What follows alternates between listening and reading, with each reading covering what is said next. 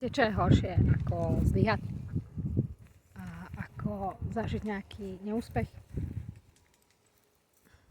Je to práve nezačať. Nezačať s tvorbou, nezačať so zmenou svojho života, nezačať niečo nové. To je tá veľká škoda, ktorú mnohí robia.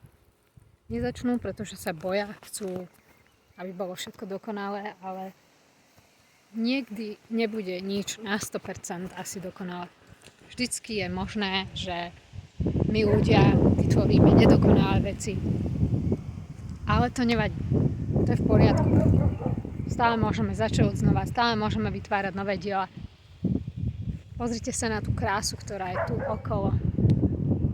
Sú tu polia s repkou, olejkou, nádherná príroda, ktorú vytvára Boh. A my nikdy nevytvoríme také dielo, ako tvorí On, ale stále môžeme začínať niečo nové.